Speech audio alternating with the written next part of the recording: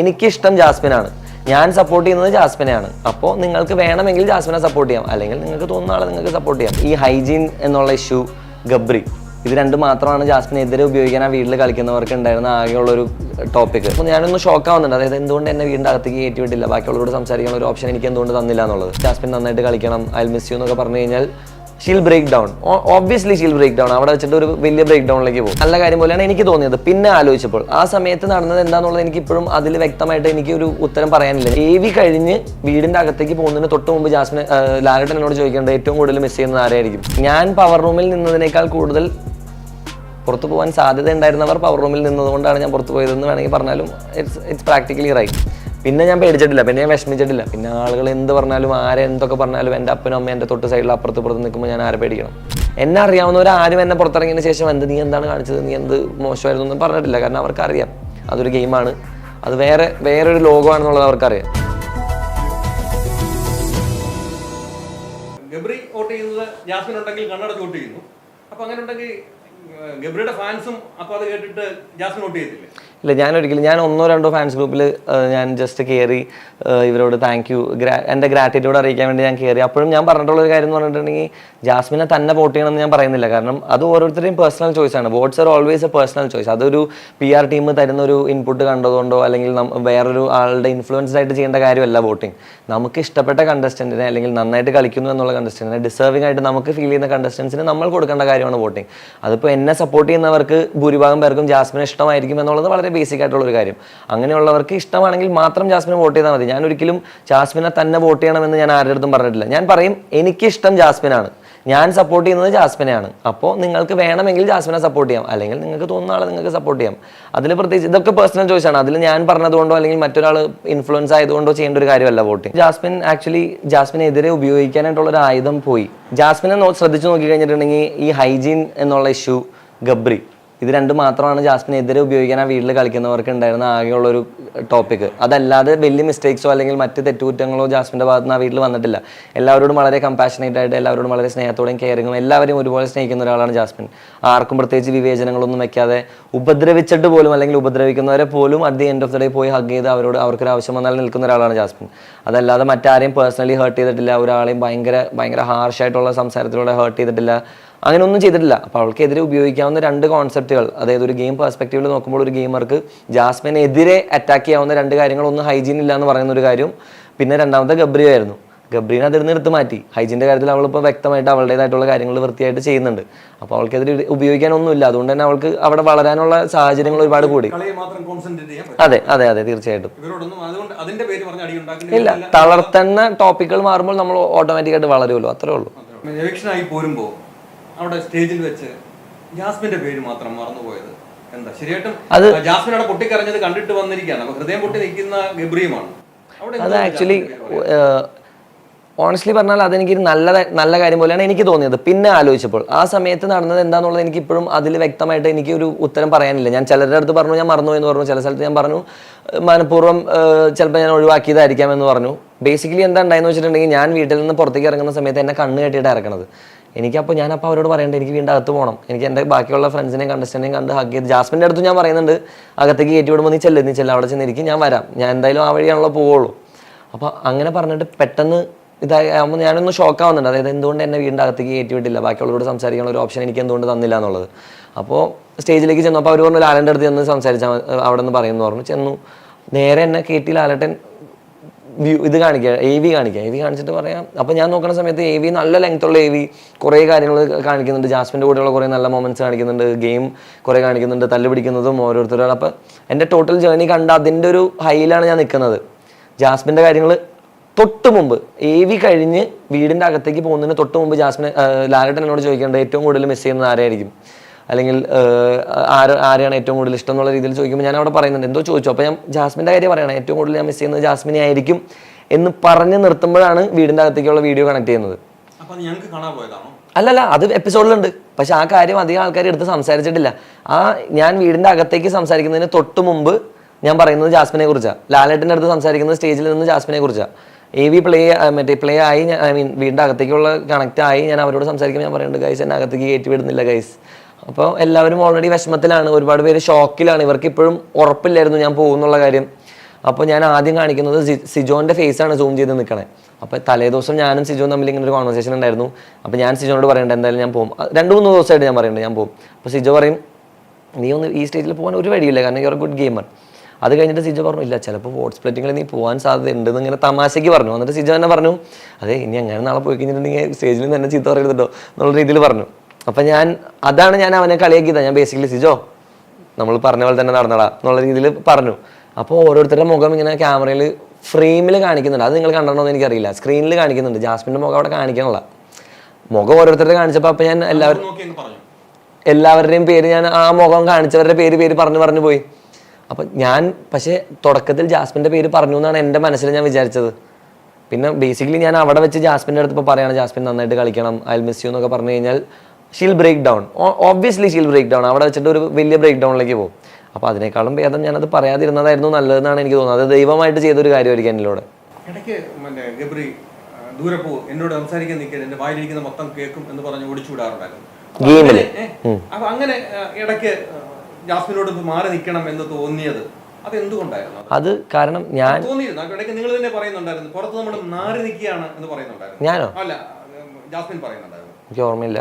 അങ്ങനെ ഇത് ഇറങ്ങിയിട്ടുണ്ട്, ഞങ്ങൾ അത് ഹീനത്തിൽ കണ്ടില്ല, പക്ഷെ ഇപ്പം റീൽസ് ആയിട്ട് അത് വരുന്നുണ്ട്, പുറത്ത് നമ്മൾ മാറി നിൽക്കുകയാണ് എന്ന് ഗബ്രിയോട് പറയുന്നുണ്ട്. അത് കേൾക്കാം, അത് നമുക്ക് എല്ലാ എപ്പിസോഡിലും എന്നെ ചീത്ത പറയുമ്പോൾ അല്ലെങ്കിൽ എൻ്റെ പേര് പറയുമ്പോൾ അവിടെ താഴത്തുനിന്ന് കയ്യടി വരുന്നത് നമുക്ക് ഓണസ്റ്റ്ലി കേൾക്കാം, നമുക്ക് മനസ്സിലാക്കാം. ഞാൻ അത് ഓണസ്റ്റ്ലി അതിൻ്റെ അകത്ത് നിൽക്കുന്ന ആർക്കും മനസ്സിലാക്കാം. ഇപ്പോൾ സിബിനെ ചീത്ത പറയുന്ന സമയത്താണെങ്കിലും താഴെ നിന്ന് കയ്യടി വരുന്നത് നമുക്ക് കേൾക്കാം. അപ്പം നമുക്ക് അതിൽ നിന്ന് മനസ്സിലാക്കാം ഓഡിയൻസിൻ്റെ കുറച്ച് സാധനങ്ങൾ. അല്ലെങ്കിൽ സിജോ വന്ന് ആദ്യത്തെ കാര്യങ്ങൾ സംസാരിക്കുമ്പോൾ താഴെ നിന്ന് കയ്യടി വരുന്നത്. അപ്പോൾ സപ്പോർട്ട് ആർക്കാണ് അല്ലെങ്കിൽ ആരെ കുറ്റം പറയുമ്പോഴാണ് ഓഡിയൻസ് കയ്യടിക്കുന്നത് എന്നുള്ളത് നമുക്ക് വീടിൻ്റെ അകത്തിരുന്ന് തന്നെ കേൾക്കാം. ജാസ്മിൻ്റെ അടുത്ത് ഞാൻ നീങ്ങിപ്പോകാൻ പറയുന്നത് ജാസ്മിൻ്റെ അടുത്ത് മാത്രമല്ല, റസ്മിൻ്റെ അടുത്താണെങ്കിലും എൻ്റെ അടുത്ത് എനിക്ക് എക്സ്ട്രീംലി ദേഷ്യം വന്ന് നിൽക്കുന്ന സമയത്ത് എൻ്റെ അടുത്ത് വന്ന് സംസാരിക്കുന്നവരോട് ഞാൻ പറയും വേണ്ട, ഇപ്പോൾ വരണ്ട, മാറിപ്പോ. കാരണം എന്താണെന്ന് വെച്ചിട്ടുണ്ടെങ്കിൽ ഞാൻ അവിടെ എങ്ങനെ റിയാക്ട് ചെയ്യും എന്നുള്ളത് എനിക്കറിയില്ല.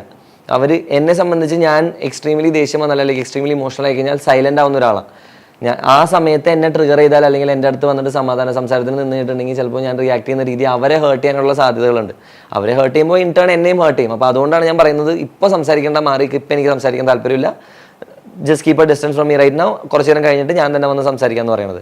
ജാസ്മിൻ്റെ അടുത്ത് ഞാൻ ഏറ്റവും കൂടുതൽ മാറിക്കാൻ പറഞ്ഞിട്ടുള്ളത് മറ്റേ ആ ബോംബ് ടാസ്കിന് ശേഷമാണ്, രണഭൂമി. ആ ടാസ്കിൽ ബേസിക്കലി ഞാൻ വളരെ ഫെയർ ആയിട്ടുള്ളൊരു കാര്യമാണ് പറയണത്. പ്രാക്ടിക്കലി തെളിവുകളടക്കം നിരത്തിയിട്ടാണ് ഞാൻ പറയുന്നത്, അതായത് നോക്ക് ഇങ്ങനെയാണ് എല്ലാ കാര്യങ്ങളും കണ്ടുകൊണ്ട് കണ്ട് എനിക്ക് വ്യക്തമായിട്ട് തെളിവുള്ള കാര്യങ്ങൾ. ആ സമയത്ത് ഡെന്ന് ടണലിനെ സപ്പോർട്ട് ചെയ്തതുകൊണ്ടാണ് എനിക്ക് ദേഷ്യം വന്നത്. ജാസ്മിൻ മാത്രമല്ല, ശ്രീതും ടണലിനെ സപ്പോർട്ട് ചെയ്തു, ജാസ്മിനും ടണലിനെ സപ്പോർട്ട് ചെയ്തു. ഞാൻ പറയുന്നത് അവർ അക്സെപ്റ്റ് ചെയ്യണ പോലുമില്ല, കേൾക്കുന്ന പോലുമില്ല. റസ്മിൻ അവിടെ വന്നിട്ട് പറഞ്ഞു അത് അവൻ്റെ ഗെയിമാന്ന് പറഞ്ഞു. എന്ത്, ഞാൻ മേത്ത് റെഡ് കളർ പൊടി തട്ടിപ്പോയിട്ട് ഞാൻ പോയി കഴുകി വൃത്തിയാക്കി ഞാൻ തിരിച്ചു പോയിട്ട് മഞ്ഞ ബോൾ എടുത്ത് അടിച്ചിട്ട് മഞ്ഞ ബോൾ അവിടെ ഞാൻ കൊണ്ടിട്ടു. കൃത്യമായിട്ടുള്ള തെളിവുകൾ സഹിതം. അത് ലൈവിൽ വന്നിട്ടുണ്ട്, ആ വിഷ്വല് എപ്പിസോഡിൽ അത് കാണിച്ചില്ല, ലൈവിൽ കാണിച്ചു. അഭിഷേക്, അതായത് അവരുടെ ബാരക്കിന്റെ അകത്ത് വന്ന് വീണ ബോംബാ, ആ ബോംബാണ് അഭിഷേക് എടുത്ത് എറിയണത്.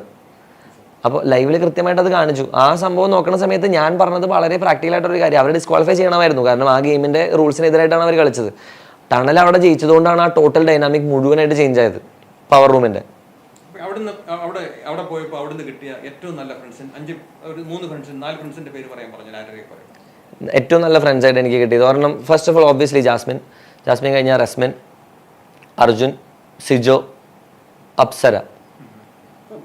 വന്നിട്ട് ജാസ്മിന്റെ വീട്ടിലേക്ക് വിളിക്കാനുള്ള സൗകര്യം കിട്ടിയോ? വിളിച്ചിരുന്നോ? ഇല്ല, അതിനെക്കുറിച്ച് എനിക്ക് ഞാൻ ഇപ്പം സംസാരിക്കാൻ താല്പര്യമില്ല. ഇപ്പം ശരിയായിട്ടും ആ പവർ റൂമിൽ തന്നെ കിടന്നതാണോ? കിടന്ന് ജനങ്ങൾ ഇപ്പം വോട്ട് ചെയ്യുന്നവർക്കൊരു ഫ്ലോ ഉണ്ടല്ലോ, ഒരാൾക്ക് ഇയാൾ വോട്ട് ചെയ്തു, അയാളകത്ത് കയറി, വീണ്ടും അടുത്ത ആൾ വീണ്ടും അദ്ദേഹം വരുന്നു, വീണ്ടും വോട്ട് ചെയ്യുന്നു, ഒരകത്ത് കയറി, അങ്ങനെ ഒരു ഫ്ലോ വരും വോട്ടിങ്ങിന്. അതായത് നമ്മൾ ആദ്യത്തെ ആഴ്ച തൊട്ട് വോട്ട് ചെയ്യുന്നവർക്ക് ചെയ്യാനൊരു ടെൻഡൻസി നമ്മുടെ സബ് കോൺഷ്യസിൽ നിന്ന് ഓട്ടോമാറ്റിക്കായിട്ട് വരും. അതായത് പരിചിത മുഖങ്ങൾക്ക് നമ്മൾ കൂടുതൽ വോട്ട് കൊടുക്കുമല്ലോ. പവർ റൂം ആയിരുന്നോ ശരിയായിട്ടും ഗബ്രി പുറത്തു പോകാനുള്ള? പവർ റൂമിൽ തന്നെ നിന്നതാണോ? ഇടയ്ക്കിടയ്ക്കൊക്കെ ജനങ്ങളുടെ തിരുത്തൽ വരുത്താമായിരുന്നു തോന്നിയിട്ടുണ്ട്. ഞാൻ പവർ റൂമിൽ നിന്നതിനേക്കാൾ കൂടുതൽ പുറത്തു പോകാൻ സാധ്യത ഉണ്ടായിരുന്നവർ പവർ റൂമിൽ നിന്നതുകൊണ്ടാണ് ഞാൻ പുറത്തു പോയതെന്ന് വേണമെങ്കിൽ പറഞ്ഞാലും ഇറ്റ്സ് പ്രാക്ടിക്കലി റൈറ്റ്. പക്ഷേ എനിക്ക് ഞാൻ വിശ്വസിക്കാൻ ആഗ്രഹിക്കുന്ന ഒരു കാര്യം, ഞാൻ ഡെലിബറേറ്റ്ലി ചൂസ് ചെയ്തൊരു കാര്യമാണ് പവർ റൂമിൽ നിന്ന് പുറത്തേക്ക് വരിക. ഡെലിബറേറ്റ്ലി ചൂസ് ചെയ്തൊരു കാര്യമാണ് പവർ റൂമിലേക്ക് കയറുക എന്നുള്ളത്. ശ്രീരേഖ ചേച്ചീനെ ജാൻമണി പവർ റൂമിലേക്ക് ഇട്ടു. അപ്പോൾ സിബിൻ പോയ സ്ഥലത്തേക്ക് ഒരാളെ ആഡ് ചെയ്യാമെന്ന് ബിഗ് ബോസ് പറയുന്ന സമയത്ത്, എഴുന്നേറ്റ് പറയുന്ന സമയത്ത് ഞാൻ എഴുന്നേറ്റുന്നത് ആക്ച്വലി എനിക്ക് കയറില്ല എന്നുള്ള ഉറപ്പിലാണ് ഞാൻ എഴുന്നേറ്റ് നിൽക്കുന്നത്. കാരണം ഞാൻ അന്ന് എൻ്റെ ഏറ്റവും ഫേവറേറ്റ് ടീമിലാണ് നിൽക്കുന്നത്. ആ വീട്ടിൽ ഞാൻ കളിച്ചിട്ടുള്ളതിൽ one of my favourite teams was nest and den. Apsara, ഞാൻ, റസ്മിൻ ആൻഡ് അർജുൻ. ഭയങ്കര ഇൻട്രസ്റ്റിംഗ് ടീമായിരുന്നു. ഭയങ്കര എൻജോയ് ചെയ്ത് ഞാൻ ഫൺ ആയിട്ട് പോയിട്ടുള്ള ആഴ്ചകളാണ്. അപ്പോൾ ആ ടീമിൽ നിന്ന് പോകാൻ എനിക്ക് ഒരിക്കലും താല്പര്യം ഉണ്ടായിരുന്നില്ല. അപ്പോൾ ഞാൻ പോവില്ല എന്ന ഉറപ്പിൽ ഫ്രണ്ടിൽ നിന്ന് കുറച്ച് ഷോ കാണിക്കുക എന്നുള്ള മൈൻഡിലാണ് ഞാൻ എഴുന്നേറ്റിരിക്കുന്നത്. അതായത് ഒരു സംസാരിക്കാനുള്ള ടാസ്ക് വരും, ബിഗ് ബോസ് പറയും, ഓരോ കണ്ടസ്റ്റൻസും മുമ്പിൽ വന്ന് അവരുടെ പവർ റൂമിൽ കയറാനുള്ള യോഗ്യതകൾ പറയും, എന്നിട്ട് അവസാനം പവർ റൂം ഇവർക്ക് ഇഷ്ടമുള്ളവരെ ചൂസ് ചെയ്യാം. അങ്ങനെയാണെങ്കിൽ പവർ റൂം എന്നെ ഒരിക്കലും ചൂസ് ചെയ്യില്ല എന്നുള്ളത് എനിക്ക് 100% അറിയായിരുന്നു. ശ്രീരേഖ ചേച്ചി, ശരണ്യ, ഋഷി ഒരിക്കലും എന്നെ അവർ ചൂസ് ചെയ്യില്ല, എനിക്ക് 100% ഉറപ്പാണ്. അപ്പം ഞാൻ അവിടെ ഫ്രണ്ടിൽ നിന്ന് എല്ലാവരെയും ഒന്ന് നോക്കാം, എല്ലാവർക്കും കുറച്ച് കളിയാക്കലും ഒരു ഗെയിം പരിപാടി നടത്താം, വാക്കുകൾ കൊണ്ട് കുറച്ച് ചെയ്യാന്നുള്ള രീതിയിലാണ് ഞാൻ നിൽക്കണത്.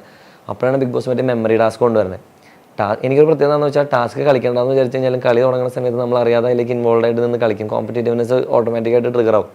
മറ്റേ ജയിൽ ടാസ്കിലാണെങ്കിലും ഞാൻ ആക്ച്വലി തോറ്റു കൊടുക്കാൻ വേണ്ടി പോയതാണ്. പക്ഷേ കളിച്ചു തുടങ്ങി കഴിഞ്ഞപ്പോൾ ആ സ്പിരിറ്റിൽ നമ്മളത് ജയിച്ചു കളി. അപ്പോൾ ആ ടാസ്കിൽ, മെമ്മറി ടാസ്കിൽ ഞാൻ ജയിച്ചിട്ടാണ് ഞാൻ പവർ റൂമിൽ കയറുന്നത്. അത് എൻ്റെ ഡെലിബറേറ്റ് ചോയ്സാണ്. എനിക്ക് വേണമെങ്കിൽ അവിടെ തോറ്റു കൊടുക്കാം, അല്ലെങ്കിൽ എനിക്ക് അവിടെ എൻ്റെ ടീമിൽ നിന്ന് പോകേണ്ട ആവശ്യമില്ല.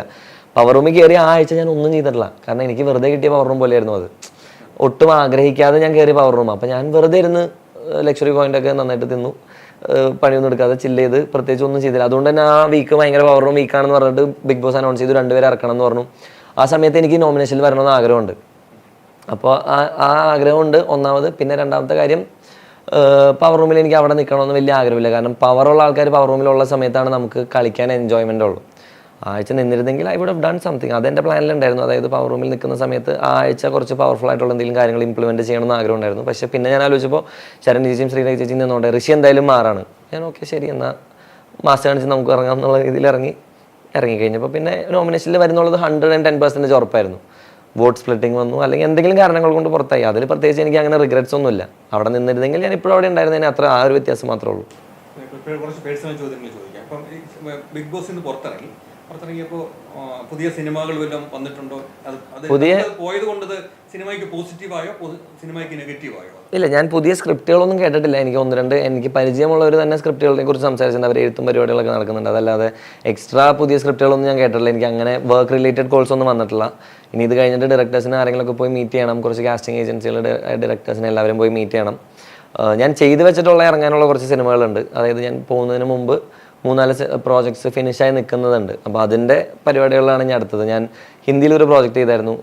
അത് ഏതെങ്കിലും ഒരു OTT പ്ലാറ്റ്ഫോമിലേക്ക് റിലീസ് ചെയ്യണം. അത് ഞങ്ങൾ കാൻസിലേക്ക് സബ്മിറ്റ് ചെയ്തിട്ടുണ്ട്. കുറച്ച് ഇൻ്റർനാഷണൽ ഫിലിം ഫെസ്റ്റിവലിലേക്ക് എൻട്രിക്ക് സബ്മിറ്റ് ചെയ്തിട്ടുണ്ട്. അത് കിട്ടിക്കഴിഞ്ഞാൽ അത് ആക്ച്വലി ഒരു നല്ലൊരു കരിയർ ചേഞ്ചിങ് മൊമെൻ്റ് ആയിരിക്കും. ഹിന്ദി മറാഠി ലാംഗ്വേജിൽ ഞാൻ ലീഡായിട്ടൊരു പടം ചെയ്തിട്ടുണ്ട്. മലയാളത്തിൽ ഇപ്പോൾ ഞാനൊരു ഷോർട്ട് ഫിലിം അല്ല, പക്ഷെ എന്നാലും അത്യാവശ്യം നല്ലൊരു മറ്റേ നമ്മുടെ ജയ ജയ ജയ പോലത്തെ ഒരു കോൺസെപ്റ്റിൽ ഒരു ഫാമിലി പരിപാടി വെച്ചിട്ടൊരു പടം ചെയ്തിട്ടുണ്ട്. ഞാനും വേറെ കുറച്ച് പിള്ളേരും കൂടിയിട്ട്. അത് പ്രോജക്റ്റ് ഫുള്ള് ഫിനിഷ് ചെയ്ത് ഇരിക്കുന്നുണ്ട്. അതിൻ്റെയും റിലീസിൻ്റെ പരിപാടികളിലൊക്കെ പ്ലാൻ ചെയ്യുന്നുണ്ട്. പിന്നെ ഞാൻ ചെയ്ത് വെച്ചിട്ടുള്ള 2-3 പ്രോജക്റ്റുകൾ അങ്ങനെ വരാനുണ്ട്. അതാണ് ഇപ്പോൾ മെയിനായിട്ട് ചെയ്ത് വെച്ചിട്ടുള്ളത്. ഇനിയിപ്പോൾ പുതിയത് ഏതെങ്കിലുമൊക്കെ ചെയ്തു തുടങ്ങണം. അതാണ് പറയും ബിഗ് ബോസിലേക്ക് പോകുന്നത് സിനിമാക്കാർക്ക് അത് നെഗറ്റീവായിട്ട് അഫക്റ്റ് ചെയ്യുക, അങ്ങനെ ഒരു തോന്നൽ ഉണ്ടായിട്ടുണ്ടോ? സിനിമാക്കാർക്ക് നെഗറ്റീവായിട്ട് അഫക്റ്റ് ചെയ്താൽ തന്നെ ആ ഒരു റിസ്ക് എടുക്കാൻ ഞാൻ തയ്യാറാണ്. കാരണം സിനിമ ഇന്നത്തെ കാലത്ത് ഇപ്പോൾ സിനിമ ഒരുപാട് മാറി. അതായത് പണ്ട് പറയുമായിരുന്നു ടിക്ടോക്കിലുള്ളവർക്കൊന്നും സിനിമയിലേക്ക് വലിയ ചാൻസ് ഉണ്ടാവില്ല, കാരണം അങ്ങനത്തെ കുറേ കോൺസെപ്റ്റ് ഉണ്ടായിരുന്നു. പക്ഷെ അതൊക്കെ ഇപ്പം മാറി. ഇൻഫ്ലുവൻസേഴ്സ് ഒക്കെ നന്നായിട്ട് സിനിമയിലേക്ക് കയറി തുടങ്ങി. അപ്പോൾ കൂടുതലും മാർക്കറ്റ് ആർക്കാണോ അതിനനുസരിച്ചിട്ട് സിനിമ ചേഞ്ച് ചെയ്യാൻ തുടങ്ങി. കാരണം സെല്ലബിൾ ആയിട്ടുള്ള ആളുകളെ വേണം സിനിമയ്ക്ക്, അല്ലെങ്കിൽ നോൺ ഫേസസിനെ വേണം. അതായിരുന്നു എൻ്റെ ഏറ്റവും വലിയ ആഗ്രഹം. അതായത് റെക്കഗ്നൈസ്ഡ് ആവണം. ഒരു ആക്ടർക്ക് വേണ്ടത് ഫെയിം അല്ല, ഞാൻ പറയുന്നത് സെലിബ്രിറ്റി ഇമേജോ അല്ലെങ്കിൽ ഫെയിമിനേക്കാൾ കൂടുതൽ ഒരു സിനിമയിൽ ഒരു പോസ്റ്ററിൽ ഒരാളെ കാണുമ്പോൾ ഇത് ആ പയ്യനല്ലേ എന്നുള്ള സാധനം, അതായത് റെക്കഗ്നേഷൻ. നമ്മൾ ഓക്കെ ഇത് ഗബ്രി, ഇതാണ് അവൻ്റെ മുഖം, അവനിങ്ങനെ തന്നെ ഈ പരിപാടികൾ അറിയുന്നതാണ് ഒരു ആക്ടറെ സംബന്ധിച്ച് ഏറ്റവും കൂടുതൽ, അല്ലെങ്കിൽ ഒരു ആർട്ടിസ്റ്റിനെ സംബന്ധിച്ച് ഏറ്റവും ഇമ്പോർട്ടൻ്റ് ആയിട്ടുള്ള കാര്യം. അതാണ് എനിക്ക് ഈ ഷോയിൽ നിന്ന് ആഗ്രഹം. ഞാൻ ഇവരോട് ചെല്ലുന്ന സമയത്തും പറയുന്നുണ്ട്, ഐ ആം ആൻ ആക്ടർ, എനിക്ക് വേറെ ഒന്നുമല്ല, പൈസ ഒന്നുമില്ല. എന്നെ സംബന്ധിച്ച് എനിക്ക് സിനിമയാണ് എൻ്റെ അൾട്ടിമേറ്റ് ആയിട്ടുള്ള ഗോൾ. അപ്പോൾ സിനിമയിൽ എനിക്ക് റെക്കഗ്നേഷൻ വേണം, അതിനാണ് ഞാൻ വരുന്നത്. മിനി സ്ക്രീൻ ഓഡിയൻസ് ആണ് കേരളത്തിലെ ഏറ്റവും സ്ട്രോങ്ങസ്റ്റ് ഓഡിയൻസ്. സിനിമയുടെ ഓഡിയൻസിനേക്കാളൊക്കെ ഭയങ്കര മൾട്ടിപ്പിൾ ലെവലിൽ സ്ട്രോങ് ആണ്. ട്രൂ. ശ്രീധുവിനൊക്കെ ആളുകൾക്ക് പരിചിതമായിട്ട് മുഖം, അതായത് എനിക്ക് തോന്നുന്നു അമ്മമാർക്കും വീട്ടിലുള്ളവർക്കൊക്കെ സീരിയലുകളിലൂടെയും ബാക്കിയുള്ളവരോടെയും കണ്ട് പരിചിതമായിട്ടുള്ള മുഖങ്ങളായതുകൊണ്ടായിരിക്കാം, എനിക്കറിയില്ല. അല്ലെങ്കിൽ ശ്രീധു ചിലപ്പോൾ പല കാരണങ്ങൾ കൊണ്ട് നിൽക്കുന്നുണ്ടാവാം. അപ്പം എന്നെ സംബന്ധിച്ച് എനിക്ക് നല്ല സിനിമകളുടെ ഭാഗമാണെന്നുള്ളതാണ് എൻ്റെ ഏറ്റവും വലിയ ലക്ഷ്യം. അതിന് വേണ്ടിയിട്ട് recognition was important for me. കമലിന്റെ പടമല്ലായിരുന്നു അതെ, അതെ. ആദ്യത്തെ പടം. കമൽ സാറിന്റെ പടത്തിലും അതുപോലുള്ള ആൾക്കാരുടെ പടത്തിലൂടെ കയറി വരാൻ കഴിയുന്നത് തന്നെ വലിയൊരു ഭാഗ്യമാണ്. ഒരുപാട് ഞാൻ എന്തുകൊണ്ടാണ് അടുത്തൊരു നല്ല ഡയറക്ടർ? ജീവിതത്തിൽ ഒരുപാട് ഭാഗ്യങ്ങൾ കിട്ടിയിട്ടുള്ള ഒരാളാണ് ഞാൻ. ഒരുപാട് ദൈവാനുഗ്രഹം വാരിക്കോരി ദൈവം തന്നിട്ടുള്ള ഒരാളാണ് ഞാൻ. കാരണം നല്ലൊരു കുടുംബത്തിൽ ജനിക്കാൻ പറ്റി, നല്ലൊരു അപ്പനമ്മേനെ കിട്ടി, സഹോദരങ്ങൾ, സുഹൃത്തുക്കൾ. എനിക്ക് ജീവിതത്തിലെ എല്ലാ ഭാഗങ്ങളിലും ഞാൻ ഒറ്റപ്പെട്ട് നിൽക്കുന്ന സമയങ്ങളിൽ ദൈവം എന്നെ കൈപിടിച്ച് നടത്തിയിട്ടുള്ള ഒരാളാണ് ഞാൻ. അങ്ങനെ വിശ്വസിക്കുന്ന ഒരാളാണ് ഞാൻ. ഭയങ്കര ദൈവത്തിൽ വിശ്വസിക്കുന്ന ഒരാളാണ്. അപ്പോൾ അങ്ങനെ നോക്കുന്ന സമയത്ത് ജീവിതത്തിൻ്റെ ഓരോ പോയിന്റിലും ഞാൻ എന്ത് ചെയ്യുമെന്ന് ഞാൻ സംശയിച്ച് നിൽക്കുന്ന സാഹചര്യങ്ങളിൽ ദൈവമായിട്ട് എൻ്റെ മുമ്പിലേക്ക് കൃത്യമായിട്ട് ഒരു സാധനം കൊണ്ട് തന്നിട്ടുണ്ട്. അങ്ങനെയാണ് ഞാൻ സിനിമയിൽ വന്നത്. സിനിമയിൽ വന്നത് പോലും സിനിമ ആഗ്രഹിച്ച് നടന്നിട്ടുള്ള ഒരാളേ അല്ല ഞാൻ. സിനിമ എൻ്റെ സ്വപ്നത്തിൽ പോലും ഇല്ലാതിരുന്ന ഒരു സാധനമാണ്. സിനിമയിൽ വന്നതിന് ശേഷം സിനിമയോട് പ്രണയമായ അഭിനയത്തോട് അഭിനിവേശം വന്നിട്ടുള്ള ഒരാളാണ്. അപ്പോൾ അതും ദൈവമായിട്ട് കൊണ്ടുവന്നതാണ്. ബിഗ് ബോസ് ആണെങ്കിലും ഞാൻ ഒരിക്കലും പോവില്ല എന്ന് പറഞ്ഞിരുന്ന ഒരാളാണ്. ഇതിന് മുമ്പത്തെ സീസണുകളിൽ എനിക്ക് സുഹൃത്തുക്കളുണ്ടായിരുന്നു. അവർ ചോദിച്ചിട്ടുണ്ട് എന്നോട് മുമ്പ് നിനക്ക് പോകാൻ താല്പര്യമുണ്ടോ? അപ്പോൾ ഞാൻ പറയില്ല, എനിക്ക് അയ്യോ എൻ്റെ ഞാനില്ല എന്ന് പറഞ്ഞിരുന്നൊരു ഷോ ആണ്. അത് എന്നിലേക്ക് എത്തിയതാണ്. അപ്പോൾ എന്നെ വിളിച്ച് ഇങ്ങോട്ട് ചോദിക്കുന്ന സമയത്ത് ഞാൻ ആദ്യം പറയുന്നത് ഞാനില്ല ചേട്ടാ എന്ന് പറഞ്ഞിട്ട് പിന്നെ ഞാനാണ് വിളിച്ചിട്ട് എന്നാൽ ഞാൻ ശ്രമിച്ചു നോക്കാം എന്ന് ഞാൻ പറയുന്നത്. അപ്പോൾ അതെല്ലാം ദൈവമായിട്ട് കൊണ്ടുവരുന്ന ഓപ്പർച്യൂണിറ്റീസാണ്. പുതിയ സ്ക്രിപ്റ്റുകളും പരിപാടികളൊന്നും എനിക്ക് ഇതുവരെ വന്നിട്ടില്ല. ഞാൻ ഇനി മെയിലും ഫോണൊന്നും ചെക്ക് ചെയ്തില്ല. ഒരുപാട് അൺനോൺ നമ്പറുകളിൽ നിന്ന് കോളൊക്കെ വരുന്നുണ്ട്. പക്ഷേ എനിക്ക് മെൻറ്റൽ സ്റ്റേറ്റ് ഓക്കെ ആവുന്നത് വരെ ഞാനൊന്ന് ബ്രേക്ക് എടുത്തിട്ട് പിന്നെ കരിയർ വൈസ് ബിൽഡ് ചെയ്യാന്നുള്ള മൈൻഡ് സെറ്റിലാണ് നിൽക്കുന്നത്. ഫാമിലിയെ കുറിച്ച് പറഞ്ഞു, നല്ലൊരു ഫാമിലിയെ കിട്ടി എന്നുള്ളത് ഞങ്ങൾക്ക് ഇവിടെ വന്നപ്പോഴും ബോധ്യപ്പെട്ടു. കാരണം വളരെ നല്ല സ്വീകരണമായിരുന്നു ഞങ്ങൾക്കും അമ്മയൊക്കെ തന്നത്. അതുപോലെ ഞങ്ങൾ സംസാരിക്കുമ്പോൾ നമുക്കറിയാം. പക്ഷെ ഇത്രയും നല്ല സ്ട്രോങ് ആയിട്ടൊരു ഫാമിലി ഉള്ളത് തന്നെയാണ് ഗബ്രിയുടെ ഏറ്റവും വലിയ 100%. ഞാൻ പുറത്തിറങ്ങിയതിന് ശേഷം എൻ്റെ ബലം എന്ന് പറയുന്നത് എൻ്റെ കുടുംബം തന്നെയാണ്. ഞാൻ ചെന്നൈയിൽ ഫോൺ കിട്ടി ഞാൻ ആദ്യം വിളിക്കുന്നത് എൻ്റെ ഫ്രണ്ട്സിനെയാണ്. കാരണം എനിക്ക് വീട്ടിലേക്ക് വിളിക്കാൻ ടെൻഷനാണ്. കാരണം ഞാൻ കണ്ടു റിവ്യൂസ് കുറച്ച്. അപ്പോൾ ഇവരുടെ അവസ്ഥ എന്താണെന്ന് എനിക്കറിയില്ല. ഞാൻ വിളിച്ചിട്ട് എൻ്റെ ഹെൻറി നൈസൻ അവരോട് ഞാൻ വിളിച്ചിട്ട് ചോദിച്ചു, ചേട്ടാ എന്താ അവർ ഓക്കെ ആണോ, വീട്ടിൽ അവർ വിഷമത്തിലാണോ, എന്താണ്? ഞാൻ അപ്പോൾ പറഞ്ഞു, എടാ നിൻ്റെ അപ്പൻ നിൻ്റെ കോളിന് വേണ്ടി വെയിറ്റ് ചെയ്യാൻ വേഗം വിളിക്കാൻ പറഞ്ഞു. അപ്പോൾ ഞാൻ വിളിച്ചു കഴിഞ്ഞപ്പോൾ അപ്പോൾ പറഞ്ഞത്, നീ ഒന്നുകൊണ്ടും പേടിക്കണ്ട, നീ നന്നായിട്ട് കളിച്ചു, നീ ഇറങ്ങേണ്ട സമയത്ത് നീ ഇറങ്ങി, എല്ലാം ദൈവനിശ്ചയമാണ്, നീ ഒന്നും പേടിക്കണ്ട. എന്നോട് ഇങ്ങോട്ട് വരുന്ന സമയത്തും പറഞ്ഞത്, നിൻ്റെ ഔചിത്യം അനുസരിച്ച് നിനക്ക് തോന്നുന്ന രീതിയിൽ നീ ഗെയിം കളിച്ചോളൂ, പുറത്തിറങ്ങി കഴിഞ്ഞാൽ അതിൻ്റെ എന്ത് കോൺസിക്വൻസസ് ആണെങ്കിലും നിൻ്റെ കൂടെ നിൽക്കാൻ നിൻ്റെ കുടുംബം ഉണ്ടാവും. എൻ്റെ അടുത്ത് പറഞ്ഞിട്ട് നിൻ്റെ അപ്പൻ നിൻ്റെ കൂടെ ഉണ്ടാവും എന്ന് പറഞ്ഞിട്ടാണ് ഞാൻ വീണ്ടും അകത്തേക്ക് കയറുന്നത്. അതേ ബലം തന്നെയാണ് ഇറങ്ങിയപ്പോഴും എൻ്റെ അപ്പൻ എനിക്ക് തന്നത്. നീ നന്നായിട്ട് ഗെയിം കളിച്ചു, തെറ്റുകൾ പറ്റിയിട്ടുണ്ടെങ്കിലും കുഴപ്പമില്ല, എന്തുണ്ടെങ്കിലും പ്രശ്നമില്ല, നീ എൻ്റെ മോനാണ്, ഞാൻ നിൻ്റെ കൂടെ നിൽക്കാൻ ഞാൻ ഉണ്ടാവും എന്ന് പറയുന്ന ബലത്തിലാണ് എൻ്റെ ടോട്ടൽ പേടിയും അല്ലെങ്കിൽ ഇമ്പാക്റ്റ്, പുറത്തുനിന്ന് വന്ന നെഗറ്റീവ് ഇമ്പാക്റ്റ് മുഴുവൻ ഒറ്റയടിക്ക് ആ വെള്ളത്തിൽ അങ്ങോട്ട് കലങ്ങിപ്പോയി. പിന്നെ ഞാൻ പേടിച്ചിട്ടില്ല, പിന്നെ ഞാൻ വിഷമിച്ചിട്ടില്ല. പിന്നെ ആളുകൾ എന്ത് പറഞ്ഞാലും എന്തൊക്കെ പറഞ്ഞാലും എൻ്റെ അപ്പനും അമ്മയും എൻ്റെ തൊട്ട് സൈഡിൽ അപ്പുറത്ത് നിൽക്കുമ്പോൾ ഞാൻ ആരെ പേടിക്കണം? ഒരു വാക്ക് പോലും ചോദിച്ചിട്ടില്ല, നീ അത് ചെയ്ത് ശരിയായില്ല. ഇല്ല, അവർക്ക് എന്നെ അറിയാം. അതാണ് ഞാൻ ഗെയിമിൻ്റെ അകത്ത് വെച്ച് പറയുന്നതും വ്യക്തമായിട്ടുള്ള കാര്യമാണ്. ഞാൻ എങ്ങനെയാണ് ബിഹേവ് ചെയ്യുന്നത് അല്ലെങ്കിൽ ഞാൻ എന്താണ് ചെയ്യുന്നത് എന്നുള്ളത് ഏറ്റവും നന്നായിട്ട് മനസ്സിലാക്കുന്ന ആൾക്കാർ എൻ്റെ അപ്പനും അമ്മയാണ്. അവർക്ക് ഓൾറെഡി അറിയാം ഞാൻ എന്ത് ചെയ്താലും അതിൻ്റെ ഉദ്ദേശം എന്താണ്, അതിൻ്റെ ബാക്കിലുള്ള കാര്യം എന്താണെന്ന് അവർക്കറിയാം. അതുകൊണ്ട് തന്നെ അവർക്ക് അതിൽ എന്നെ ക്രിട്ടിസൈസ് ചെയ്യേണ്ട ആവശ്യമില്ല. പിന്നെയും അവർക്ക് പറയാം, നീ പറഞ്ഞ വാക്കുകളിൽ നിനക്ക് കുറച്ചുകൂടി സൂക്ഷിക്കാമായിരുന്നു, മോശം വാക്കുകൾ അല്ലെങ്കിൽ തെറി പറഞ്ഞതൊക്കെ തെറ്റാണ്, അത് പറഞ്ഞു എൻ്റെ അടുത്ത്, നീ കുറച്ചുകൂടി ലാംഗ്വേജ് ശ്രദ്ധിക്കണമായിരുന്നു എന്ന് പറഞ്ഞു. അതല്ലാതെ പ്രത്യേകിച്ച് അതെല്ലാം ഒരു ഗെയിം സ്പിരിറ്റിലാണ് അവരെടുക്കുള്ളൂ. അവർക്ക് വ്യക്തമായിട്ട് അറിയാം ആ കാര്യം. അതൊരു ഗെയിമാണെന്നും റിയാലിറ്റി വേറെയാണെന്നും റിയൽ ലൈഫിൽ വരുന്നത് വേറെയാണെന്നും ഇവൻ എന്താണെന്ന് അറിയാവുന്നവരാണ് അവർ. എന്നെ അറിയാവുന്നവരാരും എന്നെ പുറത്തിറങ്ങിയതിന് ശേഷം നീ എന്താണ് കാണിച്ചത്, നീ എന്ത് മോശമായിരുന്നു ഒന്നും പറഞ്ഞിട്ടില്ല. കാരണം അവർക്കറിയാം അതൊരു ഗെയിമാണ്, അത് വേറൊരു ലോകമാണെന്നുള്ളത് അവർക്കറിയാം.